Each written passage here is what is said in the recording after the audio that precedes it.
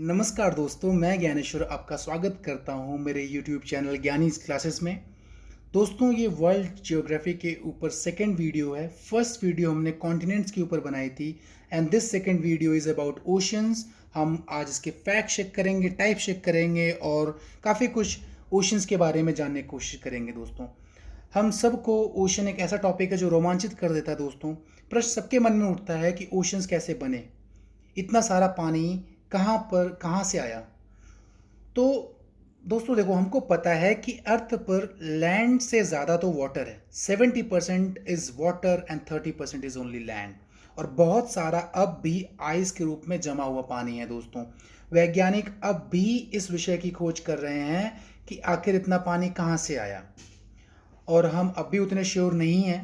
पर ये ज़रूर प्रोबेबिलिटी है, ये संभावना है कि ज़रूर ये दो प्लेसेस के मिलने की वजह से ओशियंस बने हैं दोस्तों, या पानी आया है। शुरू में यूनिवर्स में डस्ट और रॉक्स का एक बहुत बड़ा क्लाउड था। बिकॉज ऑफ ग्रेविटी क्लाउड धीरे धीरे सिकुड़ने लगा और इस तरह से सन और अदर प्लैनेट्स बने। ओरिजिनल डस्ट और रॉक्स में मिनरल थे जिनमें पानी था। जब पृथ्वी बनी तब वो बहुत गर्म थी और इस गर्मी से बहुत सारे वोल्केनोस बने। जो रॉक्स में पानी था वो स्टीम में कन्वर्ट होकर क्लाउड के रूप में बाहर आ गया और ठंडा हो गया, जिससे बारिश के रूप में कुछ पानी आया। तो इस तरह से कुछ पानी अर्थ पर आया दोस्तों। और जो शुरू के डस्ट और रॉक्स के क्लाउड थे उनमें बहुत सारे आइस जैसे कि बहुत बड़े बर्फ के गोले भी थे, जिनको हम आज जो है, जैसे कुछ ऐसे गोले भी हैं जो बर्फ के गोले जो सन का चक्कर लगा रहे हैं, जिनको हम कॉमेट्स कहते हैं।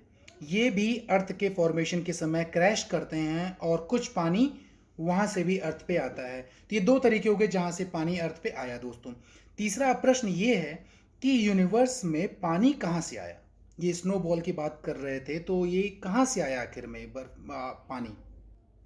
तो दोस्तों, पानी हाइड्रोजन और ऑक्सीजन के मेल से बना है। हाइड्रोजन और ऑक्सीजन के एटम्स मिले हैं तो पानी बना है। जैसा कि कोई भी जीव, हम भी एटम्स के मिलने से बने हैं, क्योंकि हम सब जानते हैं कि atom is the smallest unit. ठीक है, तो हाइड्रोजन एटम बिग बैंग के समय बने, जिससे यूनिवर्स बना दोस्तों। और उसके बाद में ऑक्सीजन स्टार्स में बने। बाद में दोनों के मिलने से क्या होता है, पानी बनता है। और इस तरह आज अर्थ पे 70% दोस्तों पानी है और ओनली 30% इज लैंड दोस्तों। तो ये हमारा हो गया कुछ फैक्ट कि ओशन कहाँ से बने और पानी कहाँ से आया दोस्तों। Let's start. ये हम देख पा रहे हैं वर्ल्ड मैप है दोस्तों।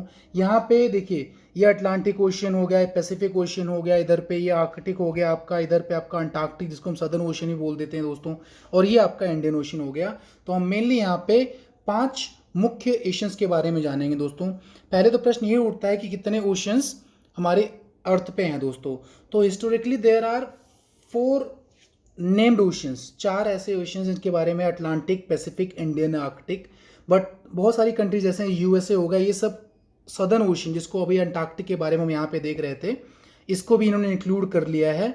तो अब मेनली 5 ओशियंस हो गए दोस्तों जिसके बारे में हम जानेंगे। ठीक है, the Pacific, Atlantic and Indian are known as 3 major oceans दोस्तों। ठीक है, तो इसके बारे में हो गया।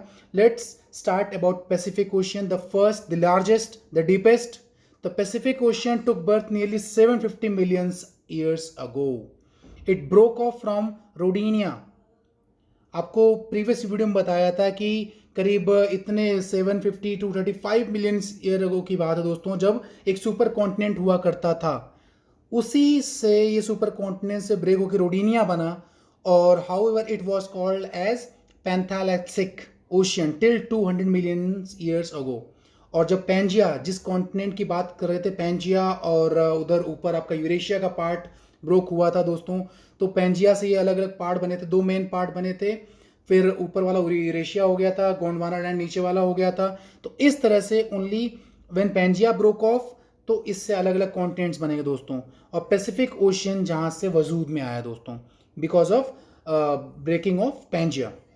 तो contrary to its name, Pacific जो है शांत ओशियन नहीं दोस्तों। जैसा कि हमको पता है कि पैसिफिक, पेसिफायर, ये शब्द जो होते हैं ये शांत, ये दिखाते हैं कि मीनिंग जो बहुत ही पीसफुल है, बट दोस्तों ऐसा बिल्कुल नहीं है, ये शांत नहीं है। यहाँ पे हमेशा 75% of most active volcanoes on earth जो हैं वर्ल्ड में, वो सिर्फ इसी रीजन में है, आपके पैसिफिक रीजन में है, जो रिंग ऑफ फायर बनाते दोस्तों, ठीक है।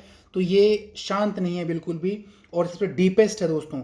ये जो है आपका एवरेज डेप्थ इसकी 12,467 फीट है, जबकि जो इसकी गहराई है मैक्सिमम दैट इज 35,827 फीट दोस्तों। तो ये कुछ फैक्ट्स हैं पैसिफिक ओशन के बारे में।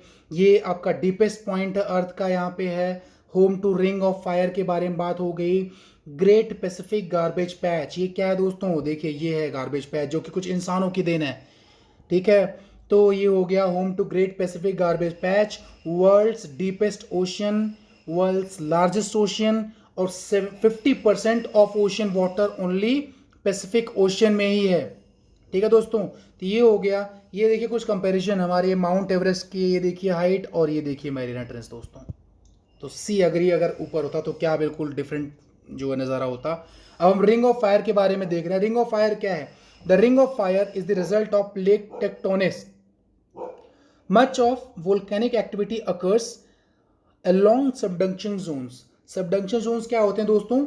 जहां पे क्या होता है, दो प्लेट्स एक दूसरे के आमने सामने आते हैं। जो हैवी प्लेट होता है वो क्या होता है, नीचे, जैसे ये प्लेट है, ये प्लेट आ रहे हैं। अब सपोज कीजिए ये वाला हैवी है तो इट विल गो डाउनवर्ड, ये सबडक्ट कर लेगा और ये ऊपर उठ जाएगा ऐसे। तो इस तरह से इस एक्टिविटी से क्या होता है, वोल्केनिक एरप्शन होते हैं, जिससे क्या होता है कि जैसे अभी हमने बात किया यहाँ पर कि जो रिंग ऑफ फायर के बारे में बात हो रही दोस्तों, ये इसी वजह से है। रिंग ऑफ फायर जो आपका वोल्केनिक एरप्शन 75% जो है active volcano only this specific region में हो रहा है, because of this ring of fire की वजह से, जो आपका यहाँ पे सबडक्शन जोन्स। दोस्तों एक वीडियो देख लेते हैं फटाफट कैसे ये होता है रिंग ऑफ फायर। तो दोस्तों ये वीडियो थी रिंग ऑफ फायर के बारे में, कैसी लगी आपको? ये देखिए यहाँ पे मैप है, ये पूरा रीजन हम देख पा रहे हैं, ये सब रिंग ऑफ फायर जहाँ पे एक्टिव वोल्केनोज हैं दोस्तों। ये पैसिफिक आपका रीजन देखिए, ये फटाफट आपका पूरा ये कवर कर रहा है इस चीज़ को। तो ये आपका हो जाएगा। तो सबडक्शन जोन्स के बारे में मैंने बात कर ही लिया। तो ये आपका क्या, subduction zones are also where earth's deepest ocean trenches are located. होता क्या है कि जैसे अभी हमने बात ही किया कि ये मान लीजिए हैवी वाली प्लेट है और ये आपकी लाइट प्लेट है। जो हैवी प्लेट होगी नीचे जाएगी, जिससे क्या होगा कि स्पेस क्रिएट होगा, जिससे ट्रेंचेस बनते हैं दोस्तों, और ये ऊपर उठ जाता है, जिससे आपका यहाँ पर क्या है, डीपेस्ट जो है ट्रेंच बन रहे हैं। डीपेस्ट ओशन ट्रेंचेस इससे बनते हैं। The trenches from form because as one plate subducts another, बात कर लिया, it is bend downward. Earthquakes occur as the two plates scrape against each other, और जिसकी वजह से क्या होता है दोस्तों, आपको पता है कि जब भी प्लेट्स टकराती हैं तो क्या होता है, अर्थक्वेक्स आते हैं दोस्तों। तो वीडियो देख लेते हैं फटाफट इसके ऊपर। तो ये सबडक्शन जोन्स की वीडियो थी दोस्तों। अब आ जाते हैं हमारे second largest ocean, that is Atlantic ocean दोस्तों। ये पोर्शन आप देख रहे हैं, ये आपका अफ्रीका और ये आपका नॉर्थ साउथ अमेरिका का रीजन देखिए पूरा, और इधर पे आपका यूरोप लेते हुए ये आप देखिए एस के शेप में दिख रहा है आपको, या फिर हम बोल सकते हैं इसको 8 की शेप में भी दिख रहा है। तो अटलांटिक ओशन 8 या एस की शेप में, अगर क्वेश्चन आ जाए ऐसा कौन सा ओशन है जो एस या 8 के आकार में है, तो that is Atlantic ocean. It is also second largest ocean. और ये जो हम पोर्शन देख रहे हैं दोस्तों, ये जो मैंने यहाँ पे दिखा रखा है यहाँ पे गूगल मैप के हेल्प से, दिस इज बर्मुडा ट्रायंगल दोस्तों। बर्मुडा ट्रायंगल वही रीजन है जिसको हम क्या, डेविल्स ट्रायंगल, हरिकेन सैली बोलते हैं। ऐसा माना जाता है कि यहाँ पे बहुत सारे एयरक्राफ्ट एंड शिप्स आके लापता हो जाते हैं, डिसअपेयर हो जाते हैं, बट ऐसे कई रेप्यूटेबल सोर्स हैं जो इस चीज़ को मना करते हैं दोस्तों, बट ये अब भी एक रहस्य है, बर्मुडा ट्रायंगल। अब हम दोस्तों अपने Indian oceans, third largest Indian आपके ओशन के बारे में बात कर रहे हैं, जो किसी कंट्री के नाम पे भी पड़ा है, इंडिया और इंडियन ओशन। और ये एक ऐसा ओशन है जो आप देखिए अफ्रीका, और ये रहा आपका एशिया और यूरोप का पोस्ट, ऑस्ट्रेलिया को बॉर्डर दे रहा है दोस्तों। और ये एक ऐसा ओशन है जो एम के आकार में है, ठीक है, इंडियन ओशन। तो ये हो गया। इसका फैक्ट ये दोस्तों कि it is the warmest of the world's ocean, ठीक है। और बिकॉज ऑफ दिस टेम्परेचर यहाँ पे limited ability to support sea life, तो सी लाइफ यहाँ पे बहुत ही कम है। उसके बाद हमारा जो fourth ocean, that is southern ocean, जिसको हम क्या बोलते हैं, ये आर्कटिक से बड़ा है दोस्तों। और ये जो नीचे का रीजन देख रहे हैं ये है, ये वही ओशन है जिसको कुछ कंट्रीज मानती हैं कि पांचवा ओशन है, तो ये सदर्न ओशन हो गया दोस्तों।